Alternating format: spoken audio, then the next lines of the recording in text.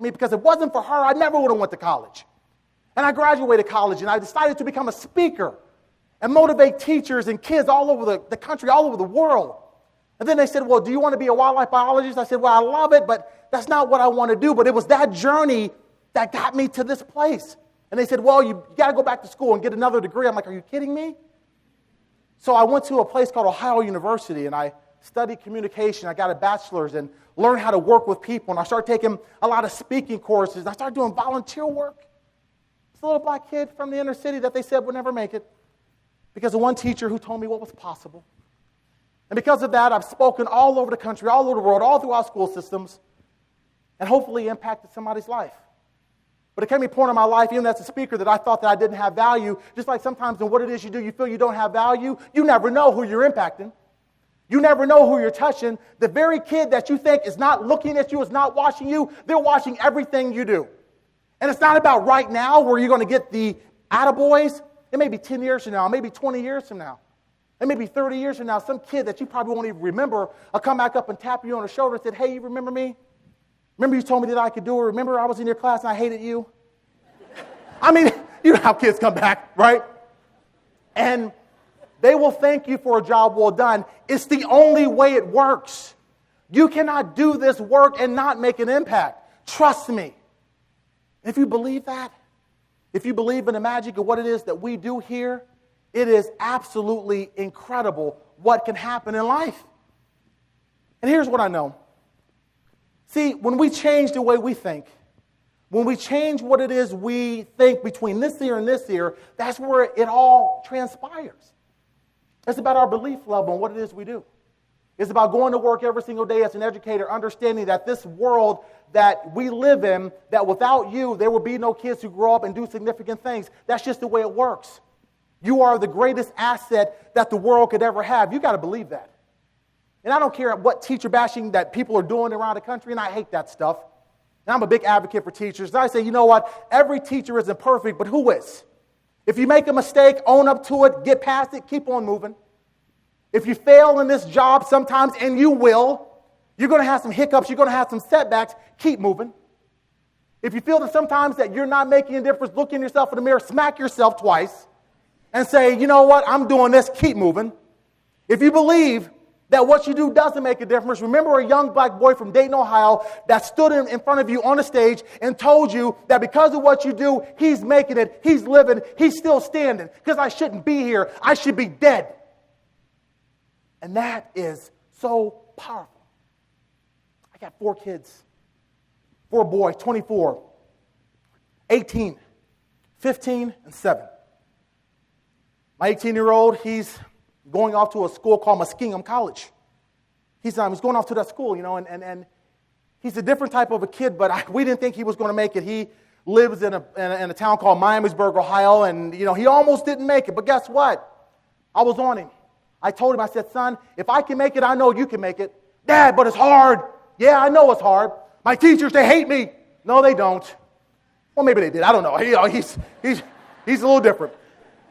Dad, I can't get this algebra stuff. The parentheses, and I can't do it. I said, yes, you can. I said, you can make it. You can do this. Don't tell me what you can't do. You will win. You know why, Mark? Because he's Mark Jr. Because you are significant. You got to keep your chin up. This is your kingdom. It's your world. You live in it. I believe in you. I don't care what your teachers say. You can make it. Oh, my God. I'm repeating what someone said to me. And all of a sudden, I realized how important life is. I realized that if I had not come into that school at that moment, if I had not turned the corner at that particular moment and connected eyes with Miss Ritchie, I don't know what would have happened. You know why? Because, see, Miss Ritchie wasn't supposed to be at work that day. She was supposed to take her daughter to the doctor. But for some reason, by some magical moment, divine intervention, I'm not really sure, her husband decided he was going to take her. And on that particular day, this teacher shows up, walks into the school. My dad walks in with me. I'm standing there, our eyes meet. She says, how are you doing? What do you need? And all of a sudden, magic started. What if? You never know. tell you something right now. Your greatness is only a thought away. Your greatness is only words away. Your greatness is right around the corner. Whatever you want, you go get it. Because it's right there. Because if you don't believe in what it is you do, your kids cannot believe in it. You've got to believe bigger than them so they look at you, they know that nothing is impossible. That's the power that we have here, changing our thinking. 5 years ago, I got called to speak to a group of kids, and I didn't want to go. They called me and they said, Mr. Garrett, we want you to come and speak for hospice. I don't want to speak for hospice. I don't speak to people who are dying. I speak to people who are alive. And I was in one of those moments. Anybody ever get into what we call a funky moment? You guys know what I'm talking about, where you have attitude.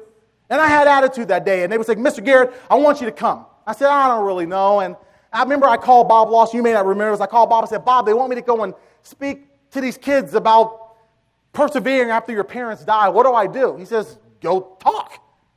I'm like, gee, thanks, Dr. Lawson. What do you mean? He says, be you.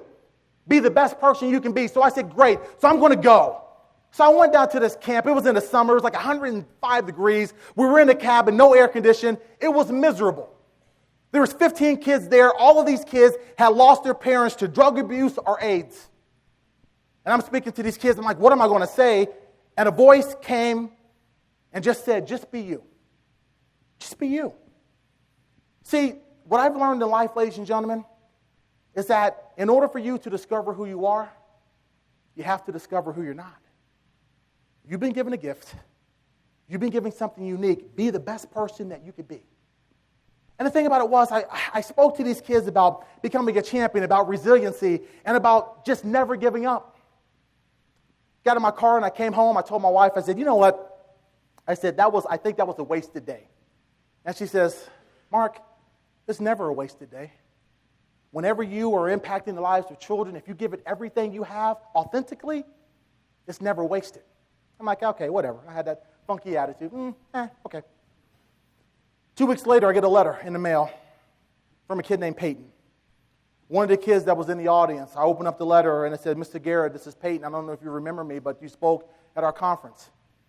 I've since been incarcerated, and I just wanted to let you know that the CD that you gave me about being a champion and your message, I played it again and again and again, and every time I would listen to it, it would build me up. And when I stopped listening to it, I would just go back to negative things. Well, to make a long story short, Mr. Garrett, I just wanted to let you know that it was your message that kept me from committing suicide. You helped me to live again. And he says, I don't know if you'll ever write me back or whatever, and I'm not asking you to. I just wanted to say thanks. Peyton gave me his address, his phone number. Come to find out, the caseworker that was on his case, I had trained 6 years prior to that. You talk about the butterfly effect. You talk about something that's magical. See, if there was no Miss Ritchie, there would never have been that transformation. And I remember when I got that letter and I read it, I showed it to my wife. My wife came over and she says, I told you, And I wrote Peyton back and I started mentoring this kid. And I didn't realize at the time that not only did Peyton lose both of his parents to AIDS, here's a kid who at that time was 14 years of age who was living with full-blown AIDS. I didn't even know it. Here's a kid who said he was going to kill himself, but he's still living. And today, Peyton is in college. He's doing well, and he wants to become a social worker. He wants to make a difference for children. So you can't tell me that this doesn't work. You can't tell me that this doesn't happen. See, my specialty, I do a lot of work in foster care. I'm speaking at a foster care camp, and there was a young lady who was at the camp, and she hears me, and I end up going to Brown County and speaking because someone called me to speak there, and then I did some work with supervisors, and now I'm here. You never know the impact you can make through what it is you do through this act of service. You have no idea. It is amazing. And see, the thing about it is when we change the way we think about certain situations, no matter how they look, great people come together during times of adversity. Our educational system, this is the time when we have to fight more than ever before. Why? We're not fighting just for our jobs and for ourselves, but we fight for each other, yes, but we fight for the children because they are the future. We fight for the kids who haven't even been born yet. Purpose, life, legacy. Your legacy will live even after you're gone. George Washington Carver, what a phenomenal story. He was in a burlap bag, and they threw him in a burlap bag. A guy traded a horse. Are you kidding me?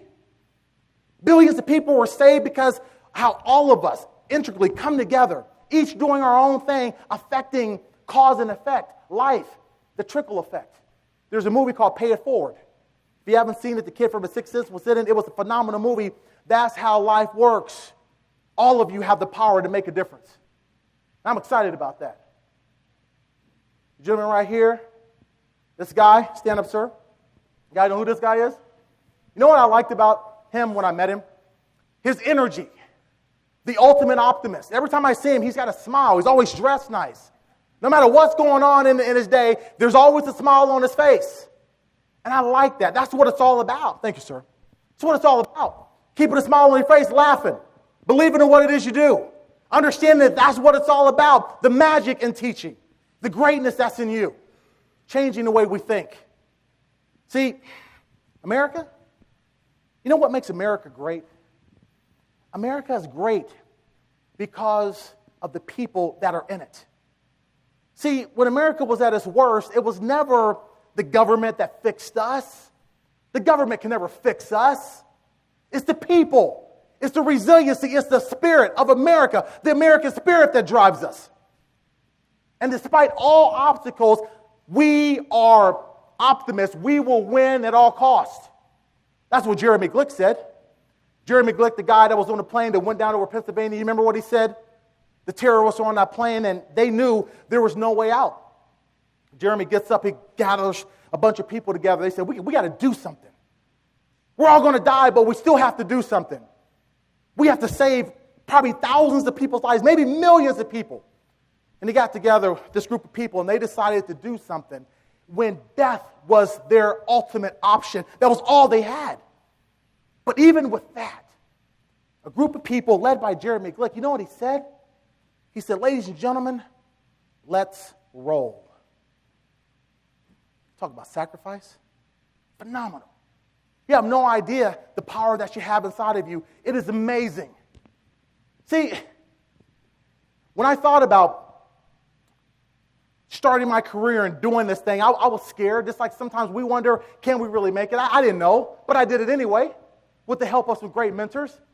And I remember going back and looking at Miss Ritchie, and I said, you know what? I've got to go back and thank this woman. I got to go back and thank the person who inspired me. So I started looking for her. And you know what? It was hard. For the first 6 months, I couldn't even find her, didn't know where she was. And I finally got her number, and I remember that I got her number. And I remember I made this telephone call. And the phone's ringing, and her husband picks up and says, hello. I said, yes, sir. I said, my name is Mark Anthony Garrett. I'm looking for Betty Jean Ritchie, Kitty Hawk Elementary School, 1977. Is this her residence? He says, yes, sir. And who may this be? I said, well, sir, my name is Mark Anthony Garrett. I'm an old student of hers, and I just want to know, is she there? Because I wasn't sure if she had passed or what. And he says, yeah, she's here. I says, well, sir, could you do me a favor? He says, anything. I says, could you put her on the phone, but don't tell her it's me. I want to surprise her. She really helped my life, and I just want to tell her how much I appreciate her. He starts giggling, and so he says, Jean. She says, yes. Some guy's on the phone for you. And she says, well, who is it? He says, I don't know, some guy selling carpet. Get on the phone, right? So she gets on the phone, and she says, hello. Now, you got to understand, ladies and gentlemen, my heart is boom, boom, boom, beating and beating and beating. I'm just scared to death, and I just start talking. I said, Miss Ritchie, Miss Ritchie, you may not remember me, but I went to Kitty Hawk Elementary School in 1977. I was, and as soon as I said I was, you know what she says? She says, Mark Anthony Garrett. She says, how are you, son? And I'm like, oh my God. It's a spiritual moment. I just couldn't believe it. And I kind of paused for a minute, and I says, Miss Ritchie, yeah, it's me. It's Mark. How you doing? She says, I'm fine. I says, well, Miss Ritchie, I haven't seen you in so long. How did you know it was me? And she says, well, Mark, I have caller ID. So, I was like, okay. totally embarrassed, right? Like, yeah, caller ID with your name on it. Yeah, that makes sense, right? So, okay, I can live with that. Great, right? So we start talking. I'm like, Miss Ritchie, I just want to let you know I'm a professional speaker. Blah, blah, blah, blah. So I'm going a mile a minute. She says, Mark. She says, calm down. She says, why don't you come and see me? And I said, okay. So we talked a little bit and we set up the date. And I pull up to her house and, and it was before this video was shot. And I'm in my car and I'm trying to rehearse. What am I going to say? What do you say to the person who saved your life? What do you say to the person who saw enough in you to tell you that you can make it? What do you say? So I'm starting rehearsing the speech, and Miss Ritchie, you're my inspiration. No, Miss Ritchie, you're my great, and a voice says, just get out the car and just go. So I got out the car and I went up to the house. I knocked on the door and she opened the door. She had this big smile on her face. And she's looking at me, and all she says was, I see that you kept your chin up. How you doing, son? And I remember grabbing her and I hugged her and I just didn't want to let go. And we sat in her house and we talked for hours. We talked about life. We talked about purpose. We talked about her teaching. And after a while, she starts crying, so I get emotional and I start crying. She had this little toy poodle. It's crying, so everything in the house is just bawling, right? And so we're talking, and pretty soon it's time for me to go. And I get up to leave, and she says, Mark, she says, I have something I want to tell you. I said, yes, ma'am. She says, I wasn't supposed to be at school that day. I was supposed to take my daughter to the doctor, but somehow my husband decided he was going to do it, which is unusual. And she says, when I was going to school that day, I found it very strange that had happened because my husband never does that. He was a superintendent. He didn't have the time, but for some reason, he did it that morning. And he says, I go into my classroom and I'm doing a lesson plan and something tells me to get up and go to the office. And she thought that to be very strange, and so she kind of sits there a little bit more, and voice comes again and says, get up and go to the office. So she gets up and she goes to the office, and she says, when I turned the corner, I saw you and your dad walking up. Your dad was holding your hand, and I saw you. And she says, when I saw you, something says, you need to connect with him. She says, I didn't know what it was. I was kind of spooked out by it. All I knew is I had to answer the call. And she says, I came and I introduced myself, and that's how I met you. And she says, you had something special. I didn't know what it was. I just knew that I had to be a part of your life. And she says, Mark, always trust your intuition. Always trust that gut feeling, that thing that will tell you what's right and what's wrong. She says, even when fear is there, just move anyway. Trust your gut. And she says, will you fight for them? I says, Miss Ritchie, who? She says, will you fight for the children who cannot fight for themselves? She says, Mark, she says, I'm in my 80s. My time is done. I'm passing the torch to you. Will you fight for them? I said, Miss Ritchie, yes, I will. And my question to you, ladies and gentlemen, is will you fight for them? Will you fight for these children? Will you fight for these kids? Will you fight for the greatest commodity this world has? It's not the gold, it's not the riches, it's our children. And understanding that each and every one of you has a gift. Teaching is not easy. Everybody cannot walk in your shoes. You've got to be pretty special to do what it is you do. Got to be a little psychotic too, but that's okay. But you got to be special, unique. Is it easy all the time? No, it's not. But you're gifted with something special. And I'll tell you what, I'm not trying to be very spiritual, and I don't mean to come off like that, but I'm just going to say it. This is just my opinion, and I hope I don't offend anybody, but I will say this. There is something greater that is driving all of us. Maybe some people call it God, some people call it the universe, whatever, but there is some higher power that will guide you when you feel that you can't do this. When you feel that you're at your wit's end, you got to tap into that resiliency inside of that power that will drive you, because it's been that power that's kept some of you in this game when you could have left a long time ago. Spiritual. Teaching is not just what we do every day. It's who we are. It is a calling. And you are here because you have been chosen. I'm not trying to be all crazy, but that's just my personal belief. I believe that with every fiber of my being, that teaching is spiritual. It is a calling. It is a uniqueness that we all have. And I'll tell you this, as I start to conclude my message, I'm so excited. I'm excited because I know that today, hopefully, you've gotten some energy, you've gotten some messages, you've gotten some tips and some strategies that can help you go back to your classrooms and continue doing the great job that you're doing. And I just want to commend you, and I want to thank you for what you've done. And you know what? I love what you do. And I thank all of you for helping to save my life. And I thank all of you for helping to inspire the children in this country, the children in your district, in your schools, to be great. I thank you for that because, you know what? That's the most important thing. When I think about what it is you do and this gift that I've been given, I am so excited because I know that you guys are the ones that make the biggest difference in the world. You are significant. You are important. You are valued.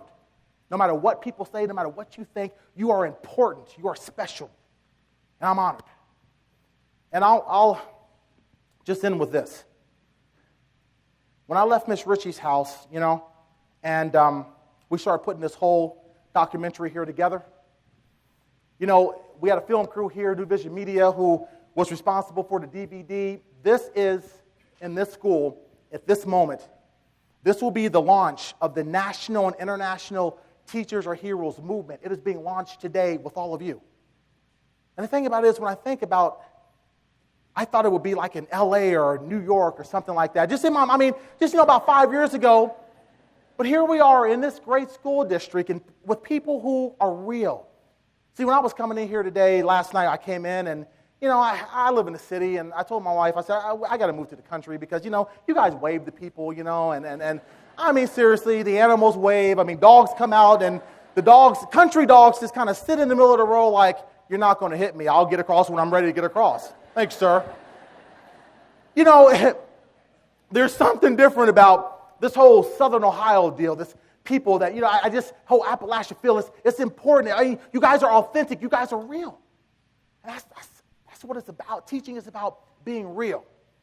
As my blue-collar friends would say, hey, we got to what? Get her done. Whatever. You got to just get her done, so it doesn't really matter. Just get it done. And the thing about it is, when we look at this movement, this Teachers Are Heroes movement, here's what I want you guys to do. Right up here on the stage, maybe somewhere, if I could get everybody's email, just give me your name and your email because I want to stay in contact with you, because here's what I'm going to give you guys. I want to give you guys just some great information. We're putting together some free video trainings that teach teachers how to be inspired, that keeps you motivated, that keeps you engaged. It doesn't cost you anything. We have a new book that's coming out entitled Teachers Are Heroes. And, of course, Dr. Lawson's going to be in the book. Chad McGibbons, can you stand up? These two guys' story will be in the book, two of your own. And so we're going to let you know when the book is ready. You guys will get a phenomenal discount. And we just want to keep you guys inspired. So if you could write your email down and just put it right up here on the stage, we'll keep in contact with you. You will not be spammed. We're going to take good care of you guys. Because a lot of people worry about that. We won't do that. It will only be great educational, motivational content to keep you guys inspired. And if you guys could do that for me, that would be phenomenal. But here's what I want to tell you as my time concludes. I talked to Miss Ritchie the other day, and she saw this video.